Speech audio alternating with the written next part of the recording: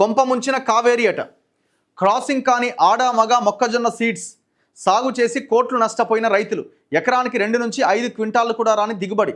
రైతులను నమ్మించి మోసం చేసిన ప్రైవేట్ వ్యక్తులు. సేమ్ యాస్టీస్గా వాడు హైటెక్ అండ్ ఇంకోటి ఉండే కదా సింజెంటా, ఈ కంపెనీలు వెంకటాపురం మండలం, చిరుతపల్లి అండ్ ఆ వాజేడు ఆ మండలాలు ఆ గ్రామాల్లో ఎట్లాగైతే రైతులని మోసం చేసినాయో సేమ్ ఈ కావేరీ సీడ్స్ కూడా రైతులని ఈ ఖమ్మం ఈ ఏరియాల్లో మోసం చేసింది.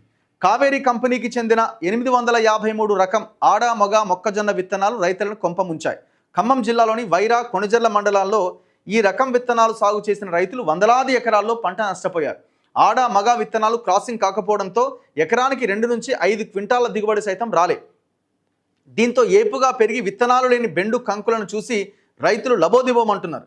853 రకం విత్తనాలు సాగు చేసిన 2 మండలాలకు చెందిన రైతులు కోట్లలో నష్టపోయారట. మాయ మాటలతో మోసం. మళ్ళీ ఇంట్లో కూడా ఎవడో ఆర్గనైజర్ ఉన్నాడు. కంపెనీ రైతు మధ్యలో ఆర్గనైజర్. కంపెనీ వాడు ఎన్నో వాడు వేరే దేశంలోనో, ఇదేమో ఇక్కడ కంపెనీ కాబట్టి ఇక్కడ వాడు ఉంటాడు. మధ్యలో ఒక ఆర్గనైజర్. ఆ ఆర్గనైజర్ ఎవడు? లోకల్ పొలిటికల్ లీడర్ ఎవడో ఉంటాడు. వానికి మంత్రిలో లేకపోతే ఇంకోడో వారి సహకారం ఉంటుంది. ఆంధ్రప్రదేశ్ రాష్ట్రానికి చెందిన దాసరి రాంబాబు కావేరీ కంపెనీకి ఆర్గనైజర్ అట. ఇతను వైరా, కొణిజర్ల మండలాల్లో 2 వ్యక్తులను ప్రైవేట్గా నియమించుకున్నాడు. ఆ 2 వ్యక్తులు వైరా మండలంలో ఉన్న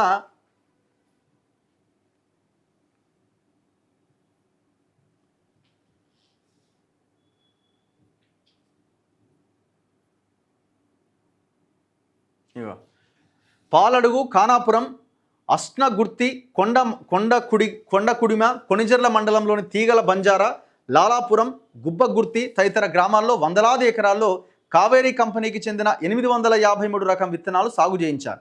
రైతులకు పెట్టుబడిగా కొంత నగదు సైతం అందించారు. అంతేకాకుండా రైతుల దగ్గర నుంచి అగ్రిమెంట్లు కూడా తీసుకున్నారు. అయితే బాండ్లు ఇవ్వకుండా రేపు మాపు అంటూ కాలం వెళ్లదీశారు.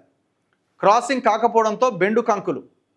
కావేరీ సీడ్స్ కంపెనీకి చెందిన 853 రకం విత్తనాలు ఆడామగా క్రాసింగ్ కాకపోవడంతో బెండు కంకులు ఏర్పడ్డాయి. దీంతో తాము తీవ్రంగా నష్టపోయామని రైతులు గ్రహించారు.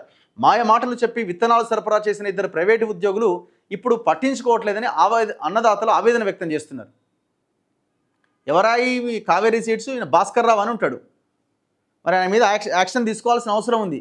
మరి ఏం విత్తనాలు ఇచ్చారు?